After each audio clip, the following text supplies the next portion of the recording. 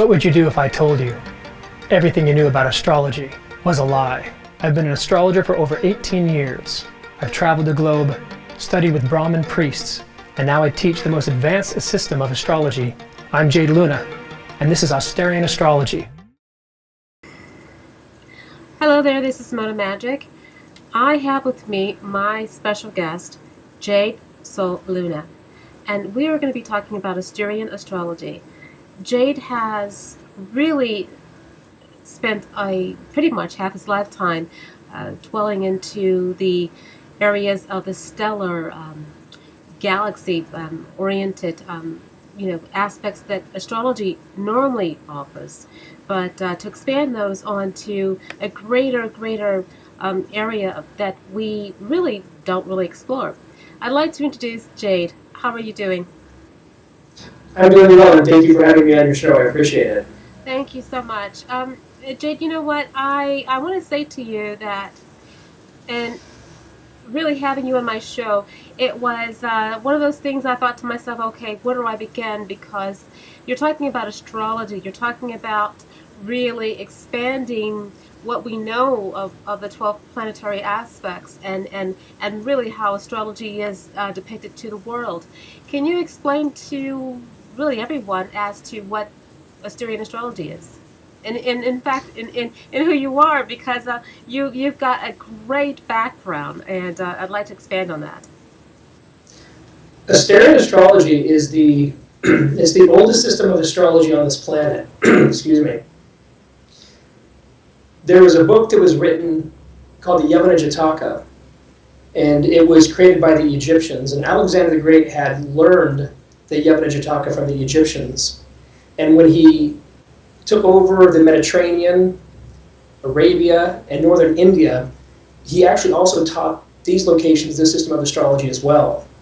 Now, as Catholicism arose, it got rid of this particular system in the Mediterranean because it was used by the priests. It was the advanced system of astrology. And then when Arabia became predominantly Islamic, it also got rid of this particular system. So the only place on earth that the original Egyptian system sustained was in India.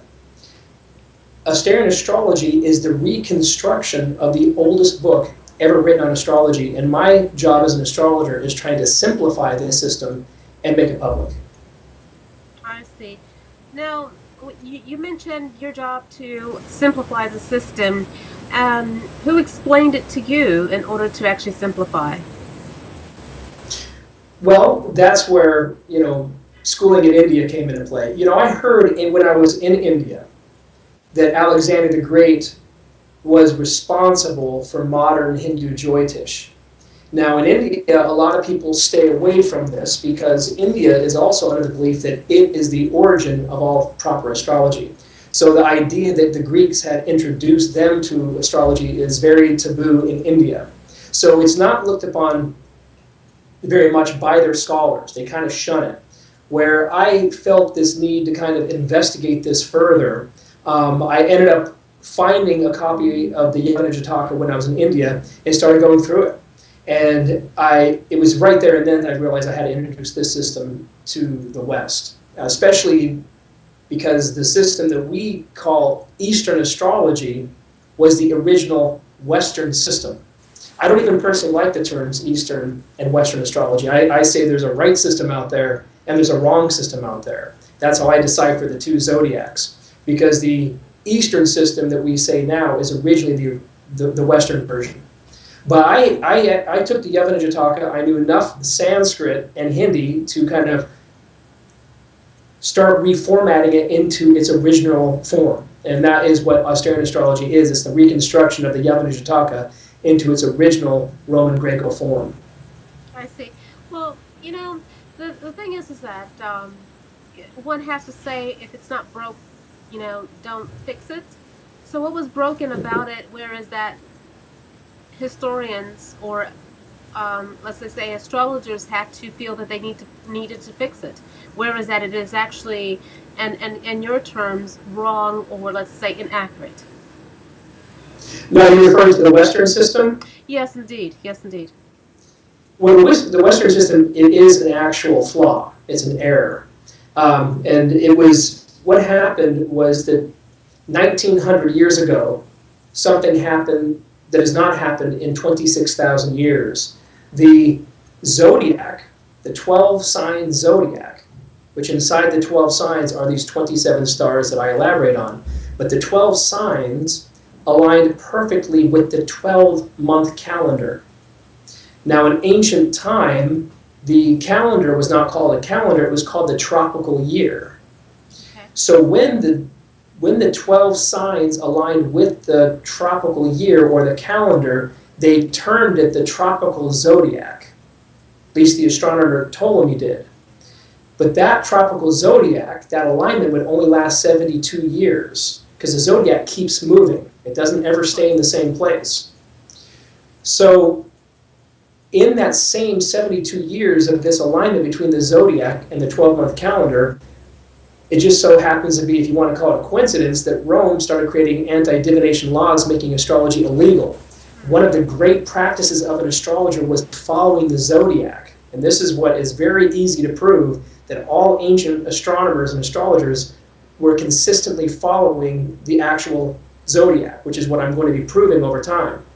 It stopped right when this alignment had taken place, at least in the West it did, because it became illegal to do anything that coincided with astrology publicly. So it eventually ended up going underground, and we are using the alignments in Western astrology that were the exact same alignments of 1900 years ago. And it just so happens the zodiac is now far moved from that point that it was at that time. So we're using wrong alignments. And when someone says if it's not broke, don't fix it, I would say when you really start to learn about astrology in its depth, it's definitely flawed. And I think a lot of people are improperly aligned with astrology, meaning the signs they say they are, it's not even their role in the universe. So I consider it to be an error that needs to be corrected. I see. Well, you know, you've got lots of astrological associations that certify people who I'm sure would like to correct things like that. So can you give a logical explanation as to why they would actually want to consider something inaccurate? Can you say that again, please? Well, the thing is that you've got very strong astrological associations that certify astrologers who would, you know, who go about truth, who go about the correct planetary alignments. Mm-hmm. And I totally understand where you're coming from, but I would also beg to differ, or let's just say give the devil's advocate as to why astrologers today wouldn't say, well, hey, maybe we are wrong. Well, that's an interesting question. Yeah, this is also a battleground I've been on for over 12 years now. And I've had many, many debates. As a matter of fact,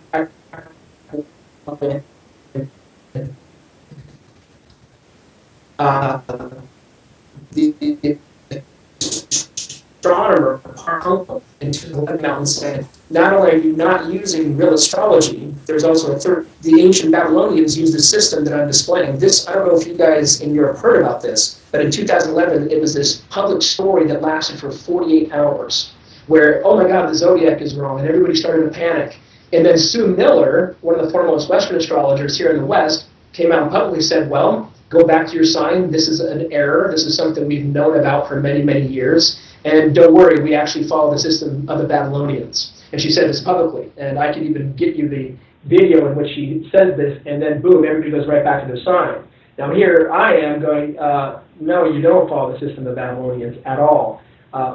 Professor Swerdlow from Harvard University is one of the first and foremost, professors on Babylonian studies. He has been explaining for years that astronomers and astrologers used to be the same thing, and that the Babylonian astronomers and astrologers at that time followed the zodiac perfectly and followed the precession of the equinox. And so I have been discouraged, because I did start out as a Western astrologer until I went to India, with how many Western astrologers have known about this, but have already created careers around this that they can't lose by saying they're wrong. Because if someone has a giant clientele base and they say, I'm sorry, I'm wrong, they are going to lose their clientele base. Sue Miller is 100% aware that the system she uses is inaccurate now, because we have had several conversations back and forth. She knows that she's a Cancer, not a Leo, as a matter of fact. But what she would go through in order to say I'm wrong, she would lose her entire business. Robert Hand, one of the foremost Western astrologers, who wrote Planets and Aspect. Some of his books are still in the top 100 of astrology sales. He's not writing books on astrology anymore because he did eventually learn that the system was incorrect, and now he writes forewords for Hindu astrology books. There are people that have realized this and have left Western astrology entirely. I see. Okay, well then let's just marry this together. Let's just say that what you say is accurate. Let's just say that the Babylonians had the correct astrological, let's say, progressional charts going. What is so different from what they do, whereas that we can't go back and do the right thing? Do they have better charts? I mean, most people do this via the internet. Most people do this via software packages.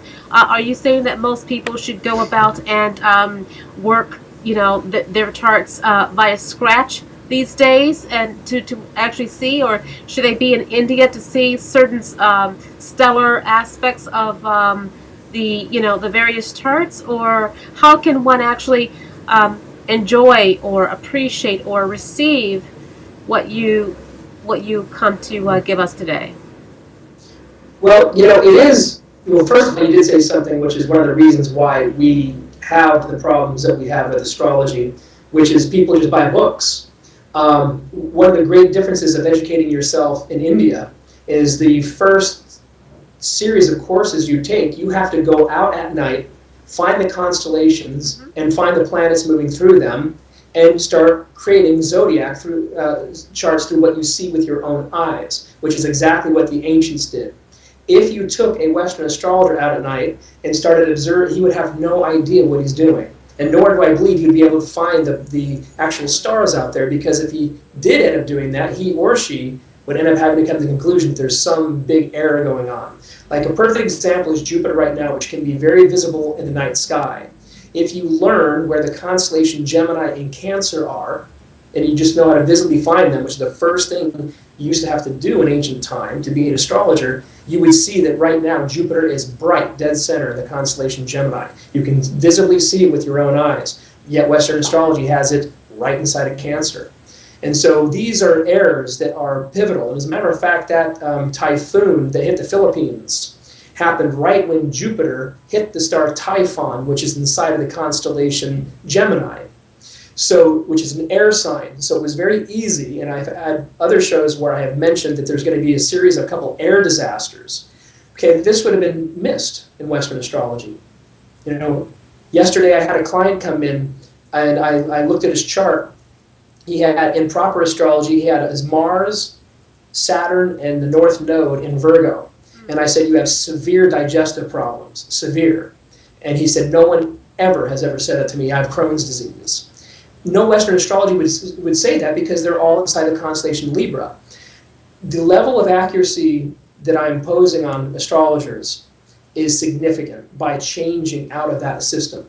There are errors that are made consistently, like Beyonce being a Virgo, not a Leo. She is as Leo as they come. I've worked around her for years. Steve Jobs, he's about as Aquarian as they come, yet in Western astrology, he's a Pisces. He created an apple.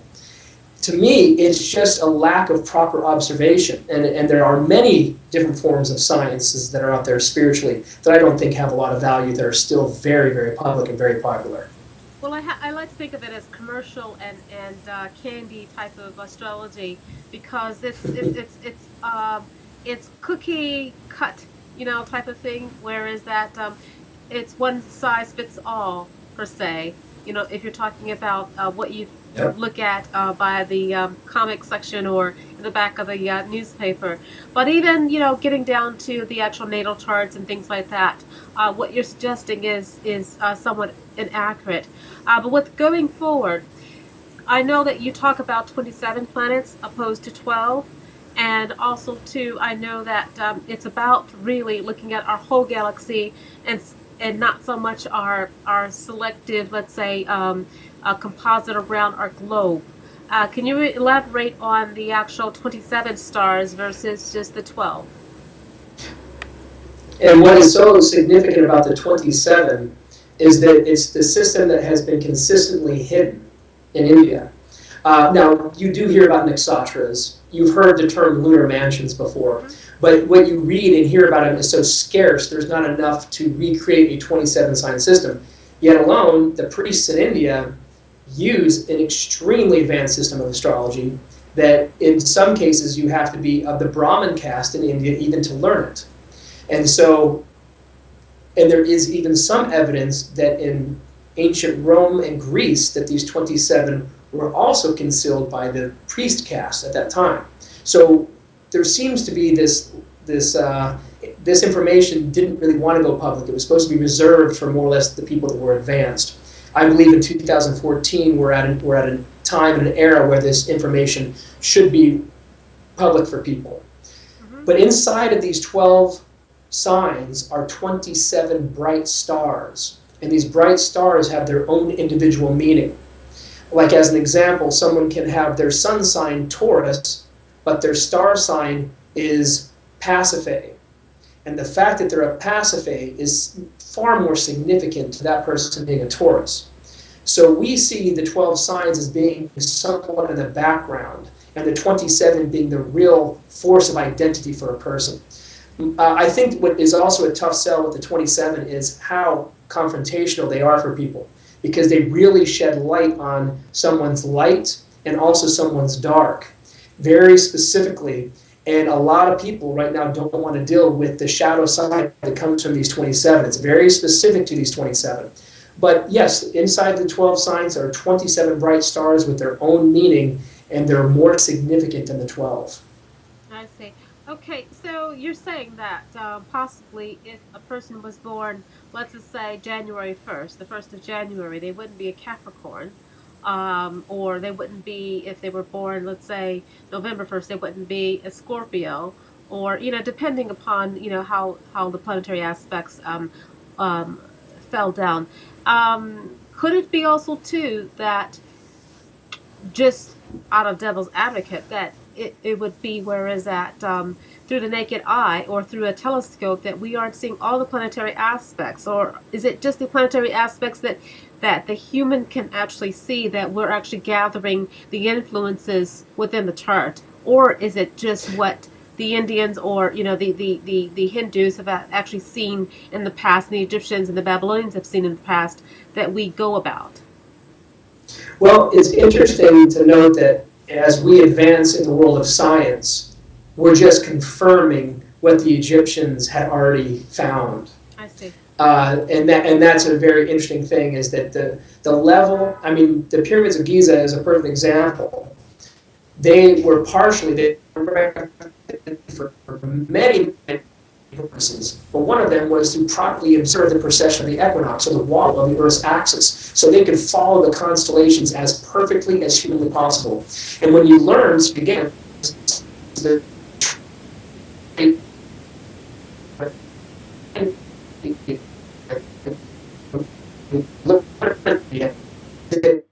you have to learn to visibly see the constellations and the planets going through them. And now, as we advance, even with astronomy, it is a very interesting thing to note that we are just catching up with where our ancients already were. I don't know if that makes or answers your question or not, but I do have a question for you, though, because it answers it somewhat. But I'm really curious as to the system that you go upon, and it seems to be quite accurate, because I've looked at your site and I've looked at the analysis of what I am, because normally I would be, star sign, Sagittarius, but I know, because I've got Moon in Scorpio, and my aspects of who I am more of a Scorpio person anyway.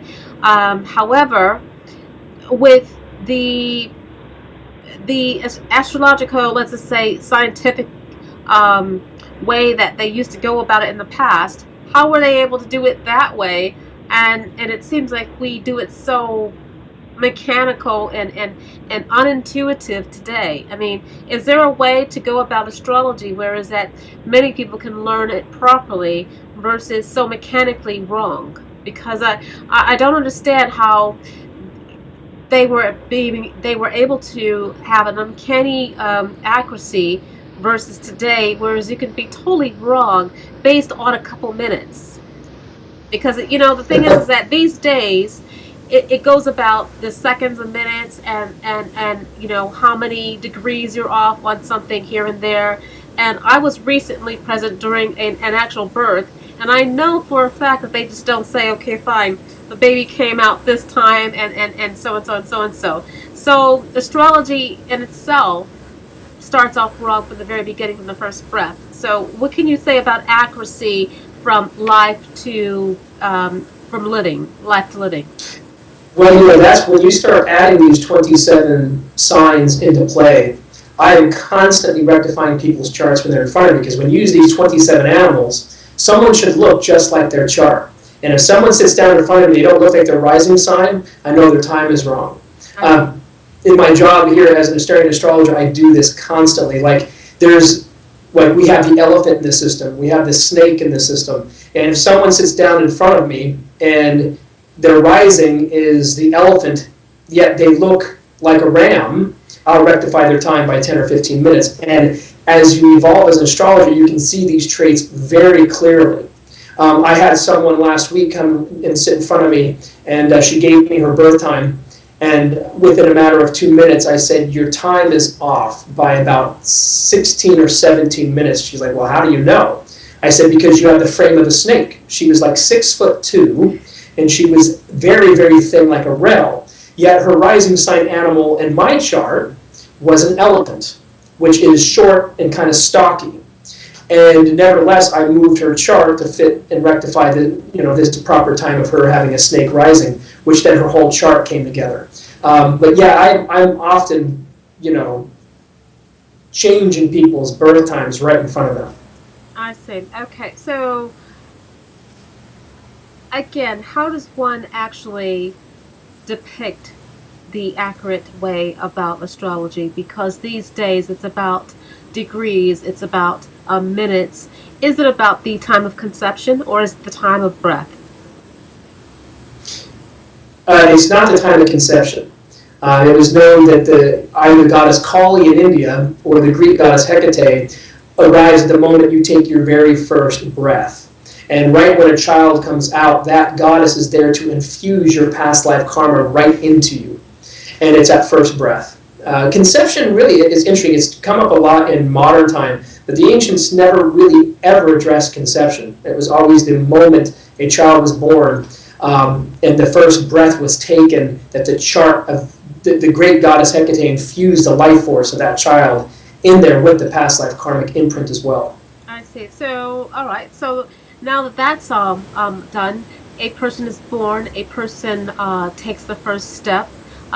Would you have to say that a parent's mother, father, and who they are born into the life around has an effect on them? Because many times I've seen astrologers actually say, well, based on your chart, your parent must have been a Taurian, or you must have been under a Capricorn, this or that. I mean, is it about the surrounding of that person that makes that person, or just that person's chart?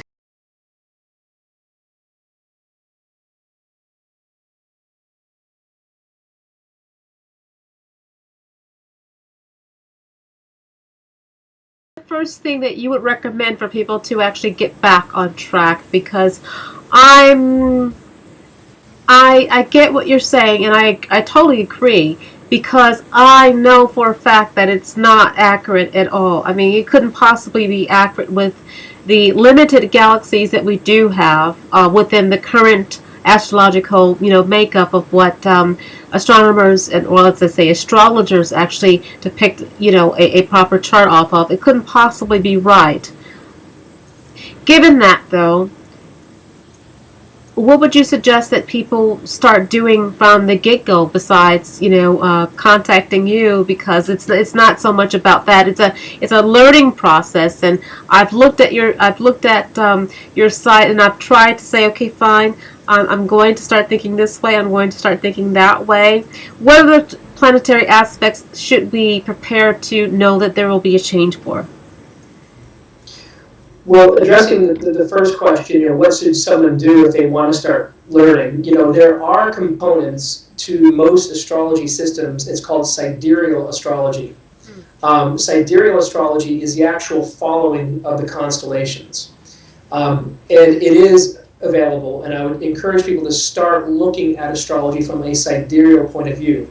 Let's just say someone wants to stay with the 12 signs and doesn't want to be introduced to the 27 yet, but they want to start the process of making the change.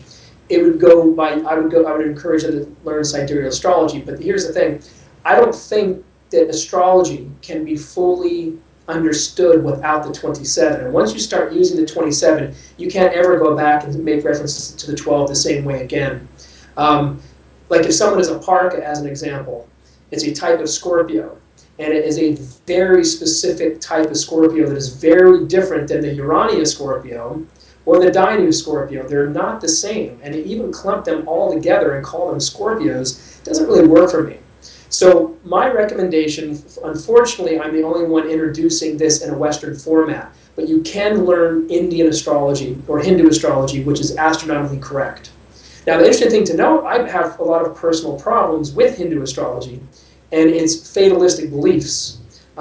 Indian astrology is literally so fatalistic in its approach that a lot of people become terrified when they start reading it. And it throws a lot of people off because they get scared. And so, because India itself is a very fatalistic believing country, where I'm trying to soften that force and make Asterian astrology a substitute for that's a little bit easier for people. And also, I'm a bigger subscriber to the Egyptian belief of free will and destiny than I am the Hindu version of it. But anyways, that's off the subject. I would encourage people to start learning Hindu astrology without fear. All right. Well, wouldn't that go into some type of also religious aspect of Hinduism, and folklore and so have you? Because we're talking about planetary alignments. We're talking about a slice of astronomy. We're talking about astrology. We're not talking about people learning a whole different system, or are we? If you just start using sidereal, which there are a lot of sidereal astrologers, even in the United States, and they just use the 12 signs, but they use them with the exact coordinates of where the zodiac is placed now. There's enough of them out there, but I'm still, altogether, I would say if someone wanted to start slowly learning proper astrology, I would start learning sidereal, and which would really just require going online, and when you make up a chart, as an example, choosing the sidereal zodiac over the tropical one. I see. Okay. So again, the tropical, Western astrologers, and let me just real quick, not to go off subject, bring up a couple things here. Western astrologers say, we don't follow the stars. We follow the seasons. Mm-hmm. That's their big comeback, which to me, that is the most challenging thing for me to hear when I hear Western astrologers say that, because the seasons are different in Australia than they are in the United States. Right. You cannot apply Northern Hemisphere seasons to the whole globe and say that's what astrology is. And astrology has never been about the science of the seasons. Astrology means the science of the stars. Exactly. Then you have people say there's always been, and this is the biggest thing they're saying now, there's always been an invisible zodiac out there that had no correlation to the stars. This is what they're saying now. Okay, this completely disrupts our ancient ancestors' beliefs, the planetariums that were built, the observatories that were built, just to calculate the stars and the planets moving through them as perfectly as possible. I have a lot of astrologers out there saying, the zodiac is invisible, and the system we use is the invisible one. Well, here's the thing. The Egyptians didn't use that system. The Babylonians didn't use that system. The Greeks didn't use that system. The Hindus didn't use it. This is all ego attachment, and the reason why astrology is going to have a hard time making this transition is how attached people become to a wrong identity, because it's easier to be the wrong person than to be who you really are, and that's why I think it's going to take some time to get this all done. Okay, well then school everyone then, if you will, as to what the purpose of astrology is then, because most people feel that it's about telling them, okay, fine, they're going to have a good day, they're going to actually be, whatever, people look at their forecast, if you will, because they want to know, what is it for them, how can they get ahead? Is that what it's all about? No, and I love that question because it's a very simple question, but is the most powerful aspect of astrology. Astrology is meant to help you know who you are as a human being, and it's supposed to help you find who you are. You have come, not you, but we have come into creation for one purpose, and that is to answer the one infinite question, who am I? Who am I and what am I doing here? Astrology answers that question. And this is why the Western system, to me, this is why I'm going against it. There are other people that know about what I do, but I'm the only one visibly and actively campaigning against Western astrology because it does not align you with who you really are and your destiny on this planet and your universal role in creation. Astrology is meant to help you identify who you are. And that's why I think Western astrology is a grave mistake. This Earth wobbles. It does not have an even rotation. The system of astrology that we use does not follow the wobble of the Earth's axis, making all astrology off by 23 degrees. Western astrologers say, we do not follow the stars, we follow the seasons. I say the seasons are different on this planet. We cannot apply Northern Hemisphere seasons to the whole globe and call that astrology. The seasons in Australia are the exact opposite to ours, yet they use the same system. Also, astrology means science of the stars, not science of the seasons. They say we follow the astrology system of the Babylonians. No, they do not. The Babylonians followed the precession of the equinox as all cultures did. There is not a shred of evidence supporting a seasonal system in any ancient writings in Babylonia. All ancient cultures made their observations by looking up into the sky and observed the planets moving through the constellations. I've also heard Western astrologers state that the zodiac is symbolic and the measurements are not important. This is the most deplorable belief because it is a direct hit on our astrologer ancestors such as the Sumerians, Babylonians, and the Egyptians who erected planetariums and observatories just to calculate the position of the constellations and the planets moving through them as perfectly as possible. Some say to me, well, you're an Eastern astrologer, not a Western. That is false. Alexander the Great was responsible for spreading the Egyptian system of astrology to the East during his conquest. India and Tibet are the only places on Earth that use the original Egyptian Greco system of astrology that we call Eastern astrology. So what happened? Around 1900 years ago, something happened that has not happened in 26,000 years. The zodiac aligned perfectly with the 12-month calendar, which we called in ancient time the tropical year. The astrologer of this time, Ptolemy, called the zodiac the tropical zodiac due to this rare alignment. This alignment would only last 72 years. In the 72 years, Rome created anti-divination laws making astrology illegal. So astrology was never able to evolve in the West as it did in Eastern cultures. So Western astrology appears to actually break down things to define people in one box. And as you know, just as a snowflake, we're all different. We all have a different DNA, structure. We're all intricately different. So what I would say that with Asterian astrology, you're talking about really making everyone unique, making everyone to a point where is that you're dissecting their true being and who they are. Whereas in Western astrology, just bottles up everything. What do you have to say about that? Because I'm looking. I've looked at what you've got. I've looked at everything, and it breaks down everything intricately to the point of a person's purpose, rather than just a group of people born on this day at this time and saying, okay, fine, there you go, shove you into this category.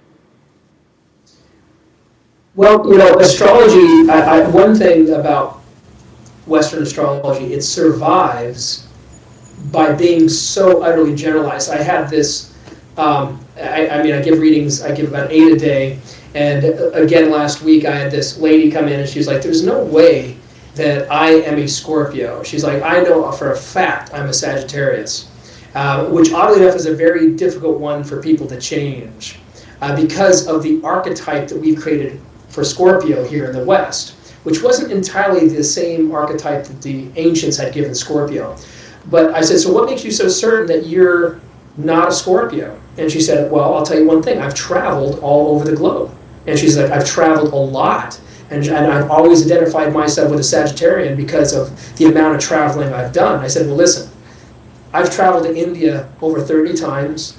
I've been all over the East, I've traveled to almost every place on this country, on this planet I've wanted to travel, and I'm not a Sagittarius.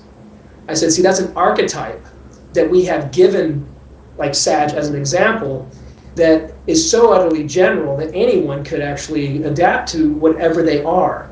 What makes Asterian astrology a little bit more challenging is it's more intricate. You know, and I even heard recently, I'm constantly trying to get book deals with Asterian astrology in all of New York, by the way. All HarperCollins, Simon & Schuster, they all know that the zodiac is wrong. They all do. But it makes $56 million a year, and that's the common conversation I'm having with them. And one person recently said, you know what, I really believe that astrology survives because people don't know whether it's real or it's not. And it creates this sense of fantasy where you say it's real and it becomes more precise and more accurate, you're going to lose the mass public because then it becomes scary, not something fun and frivolous. And I, oddly enough, strangely believe that. My goal is for Asterian astrology to be there for people who want more. The mass public likes the fact that astrology might be real and might not be real. And they read their sun sign. That's part of the safety they have in reading astrology. Asterian astrology is not like that. Okay. Well, I've got some challenges for you then, Jade. Number one, you've got astrology that has mixed into the Western occultism quite intricately, such as in the tarot, such as in various aspects of people doing hourly type of, rituals and things like that. What do you have to say about that? Because you're talking about turning a system upside down and throwing it and slam dunking it and reconfiguring all the elements of it. What do you have to say about that? I mean, even the decks that you've got out there have astrological, symbols on them that, and you're throwing more stuff in there. You can imagine I'm here in Los Angeles, where I live in Hollywood is predominantly Jewish. And so there is a lot of Kabbalah around me, a lot of Kabbalah. And this is where I run into the most heated conversations, where people who use the Kabbalah are using Western astrology. And, there was a time on this planet where when there was a full moon in Scorpio, you would chant a very specific ritual to the constellation Scorpio, and you would gain very intricate mystical powers through that. And I think it's quite apparent if you look at the types of powers that are being thrown around in ancient culture and the type of power that's being thrown around now, we're missing something. And I sincerely believe that the lack of power that we possess spiritually in comparison to our ancient Egyptians, Babylonians, Greeks, I think it's because we use the wrong system. And I believe that there is a veil around mysticism right now, and it's preserved for a very few amount of people. I think that's going to change, though. I think the age we're moving into next is where that veil is going to lift, and supernatural abilities and so forth are going to be more prevalent than they are now, and so will the right zodiac come back at that time. But I believe that that is one component why there's no comparison between the modern mystic and the ancient mystic. I don't think there's a comparison between the amount of power that they possess in ancient culture to now, and I believe the zodiac being wrong is a big part of that. Because I know in India for a fact that there are rituals you can do to gain very specific powers if they're done properly and on the right day, and I know for a fact that those work, and those do not exist in this place. I have to say high five for that, because I tell you, the mystics of today are a bit, I would say, different than they are of yesteryear. Hands down, hands down. I don't want to keep on laughing on. All right, so we've got various systems out there that, as we've mentioned, that are very much reliant upon Western astrology, and you will have people who have spent a lifetime of researching here and there with the Western astrology. How do you propose to actually marry, or let's just say synchronize, the old into the new? I know you've mentioned one thing, but you're talking about even going out there. I know that people really don't look to the stars anymore. People look to the computer. People look to, okay, fine, give me your information. Let me just plug some things in. So you're suggesting that people go back to old school and really look at the stars when you know damn well that there's a lot of pollution out there, and you're not going to get the same thing. So what are you suggesting that people do to really get down to the nitty-gritty? You know, it's going to be tough. You know, getting people to, you know, yes, in an age where everything is computerized, which is the reason why I think we have even with this we've even preserved the ignorance as opposed to overcome it. You know, because people do go to computers. They don't. I cannot tell you how many Western astrologers that have no idea that they're not even looking at the constellations anymore. You know, and so even though this is old school, we have to honor our ancestors, and the only way to really get this across is to show people that there wasn't any culture in ancient time that used the system we're using now anywhere. And I've been trying to find it. It's not used. So this is where I've had to make the system more Western in its approach. The terms and the words that I use, like I'm a Hades as an example, which is a type of Aries. When I say Hades, well, that brings up a certain type of feeling in someone because it's a deity that people are familiar with. Like in India, the word for the star that was born is Bharani. So I'm trying to create terms that people are familiar with. I'm trying to make this system sound familiar in its terminology, but it's going to take time, you know, and it's going to take, right now, my next goal, which I'm doing successfully, is creating a bunch of Asterian astrologers. At the beginning of 2015, there's going to be many Asterian astrologers out there saying the same thing I'm saying. I can't do this entirely by myself. I need other people, and I have one person who works for Washington, D.C. She works for the government. She's going to be an Asterian astrologer. One of this professor at Yale, she's going to be, I've been very specific with the types of people that I'm going to train to help me get this message out there and to show people that what I'm bringing is a scientific fact. And bringing facts to people, showing people that, hey, listen, what I'm saying is verifiable by every single astronomer on this planet, verifiable by the people, the professors that have taken quests to go find the ancient Babylonian Greek zodiac. I'm confirming what they have already found. I'm just the first one to make this a very public experience, where I want people to know Western astrology is wrong, where Professor Swerdlow, as an example, from Harvard, he's like, hey, listen, I think it's funny that people use the wrong system. Why not just let them use the wrong system? Well, you know the right. Why not be comfortable with that? Because I've been doing this for too long. And I want people aligning with their true higher self. And I know there's a battle with people finding their real self. It's always a struggle. And that's why I'm not expecting this to happen easy for people. But I'm doing everything I can to get the backing I need to make these terms as simplistic as possible so the mass mind can understand it. So I'm doing whatever I can do. I see. Well, back in the day, many of the mystics used electoral astrology and really looking towards the stars, towards when the best time was for this, and the progressional charts and everything. Could it be that accurate today because we have, or even more accurate because we have telescopes? We've got the science to go beyond. And how far does astrology reach? Because you're talking about 27 stars, when in fact as a person of today, that there are more stars than we can possibly count. So you're saying that the Asterian astrology has isolated these particular stars to give us our stellar meaning behind ourselves then. Because, I mean, if you're talking about eliminating from 12, or let's say saying 12 is not enough, why not say 350 stars? Why not say, 12,000 stars? Because you're talking about the coordinates and you're talking about the alignments of what stars are in the mix. So I'm only saying, based on what you're saying, that perhaps maybe our ancestors only knew so much because they didn't have, a very polished telescope. Maybe we have a more polished telescope and we can see further. So I can have a means to say, well, in 350,000 years, I'm not going to have another Mr. Luna come up and say, well, that was wrong.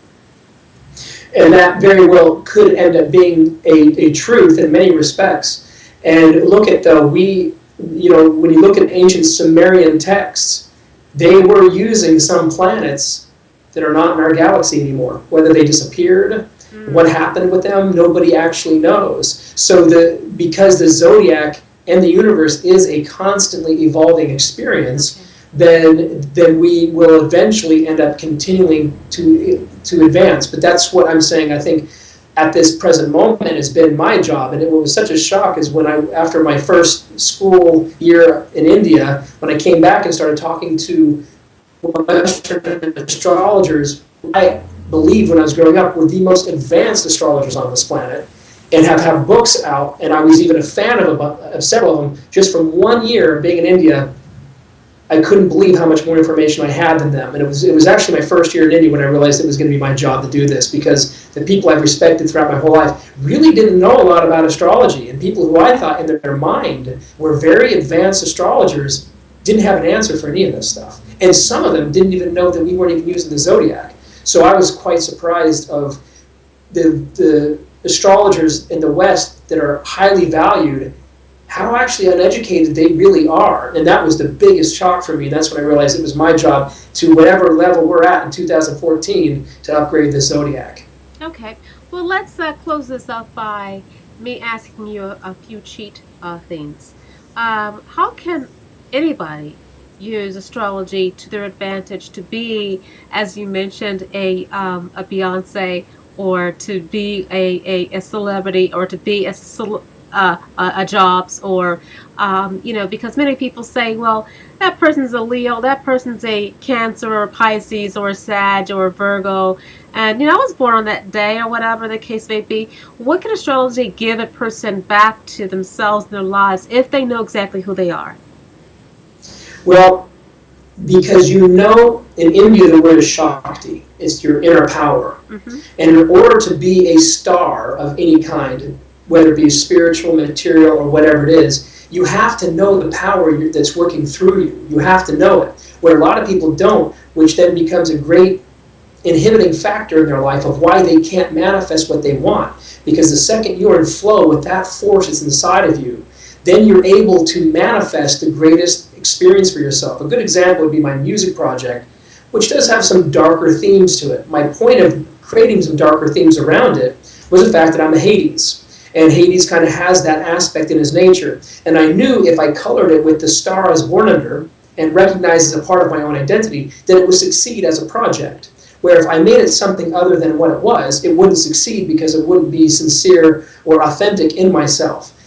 Asterian Astrology allows people to understand their authentic nature, and if they can really harmonize with that, they can become a star at anything that they want. So I do think that was probably my favorite question ever. How do we manifest who we are? It comes from knowing who we are. And a lot of people out there are acting like people they're not, or trying to succeed in areas they shouldn't succeed, and it's because they don't know who they are, where I think using the system allows people to align, and through that alignment, success follows. I see. So what you're saying is that basically under Western astrology, if they were, let's just say, someone was telling them that they needed to be a Leo, and they lived up to the Leo aspect of it, they were probably going to go to a brick wall, because they would think that they would need to do one thing, whereas that if they went the proper way, they would actually see forth, the aspects of what they would need to do to really shine. I mean, so that's true. And also, ancients saw Cancer as being more powerful than Leo. Jupiter, the king of the gods, chose to be exalted in Cancer, not Leo, because he had more power there. So a lot of those people, because it's also another one that people get really upset, oh, you can't tell me I'm a Cancer, I am definitely Leo. I'm like, well, it's because you don't know what a Cancer is. A Cancer was the universal queen, where Leo was the universal king. And if you look at this planet universally, it's clear that the queen has more material power than the king. And so in a sense, Jupiter chose to be exalted in Cancer for a reason, and Saturn chose to be exalted in Libra, because Libras were the dark ones in ancient time, not the Scorpios. Scorpios were the healers. They were the transformers I think were the ones that were the truth. All that dark mischievousness, which is definitely inside of Scorpio, was expressed physically through Libra. Libra was the masculine side of Aphrodite, and was where all the really intense lust was stored under that star, where Scorpio was considered more of a natural sign. And so, again, understanding proper astrology, where these planets are even exalted and where they're not. I mean, Libra, not only is the sun fallen there, Saturn's exalted there. So Libras were the dark ones in ancient time, not the Scorpio. Scorpios were the healers. They were the transformers. I see. All right. In closing then, commercially wise, you know, as the world likes to do, how would you even propose that the world would actually embrace Asterian astrology when astrology is only 12 astrological signs and you're talking about 27 plus the stars, and you know, it's just so much to remember.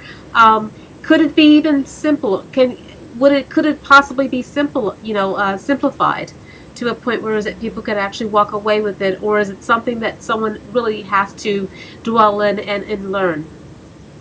Well, that's, again, my goal is to make Asterian astrology as simple as humanly possible. And I believe sincerely, through doing this system for many, many years, that the 27 is far less complicated than the 12. Like with someone, like I said, that one lady came in, she threw charts of 3 different men at me.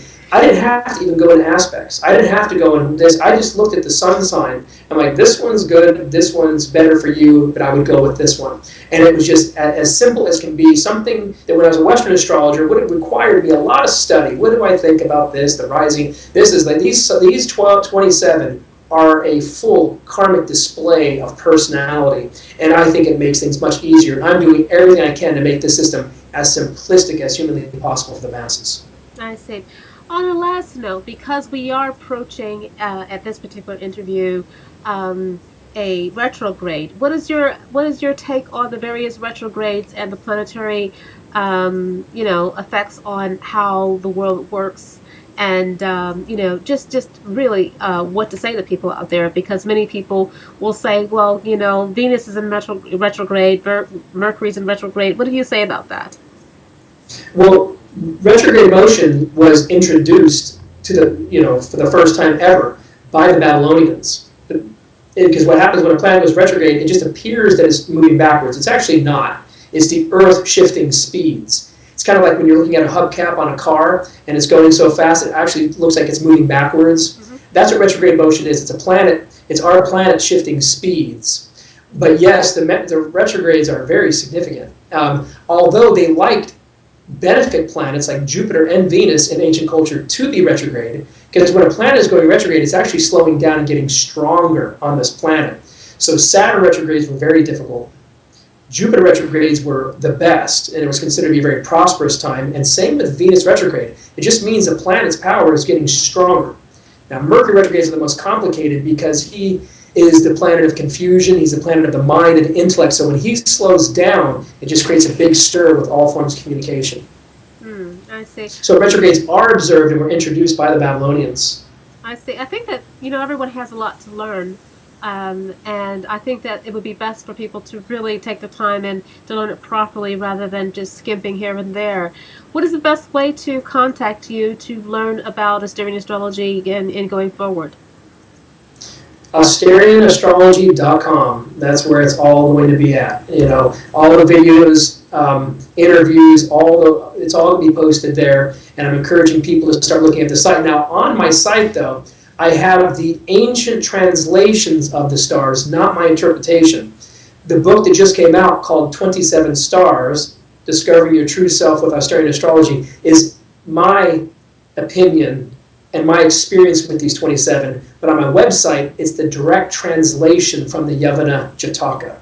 So they're not entirely 100% my opinion, but they're the opinions of the ancients. But AsterianAstrology.com. Excellent. And I have actually checked out your site, and I have learned that I am actually truly Scorpio, and I actually resonate with that, so I have no problems with it. I think I'm on a roll. I looked you up right after you contacted me, and I said, this is a Scorpio. Yeah, so I have no problems with that. But I have to say that for the rest of the world is actually going to be a very a steady transition, only because they're brainwashed with constant forecast every day and possibly emails of forecast telling them of their star signs being something of the Western astrology. So I hope everyone can visit your website, and I really really would like to hear a whole lot more about how it's going to help other people, because I do feel that 12 stars is a little limited for the actual universe. So I thank you very much for agreeing to be on the show. And thank you for having me. I appreciate it. I hope we can do this again sometime. Yeah, thank you. Thank you. When you refer to Western astrology, you are referring to a tropical zodiac that has not existed in 1900 years. Eastern cultures use the proper zodiac. It is time that we do as well. Now you ask, why do I feel like my Western sign? The reason that you feel like the wrong sign is because you've been reading it your whole life. It's called the power of suggestion. But it's not who you are, and it's not your role in the universe. I'm now going to introduce to you the oldest system of astrology in the world, Asterian Astrology, the home of the 27 stars of the zodiac.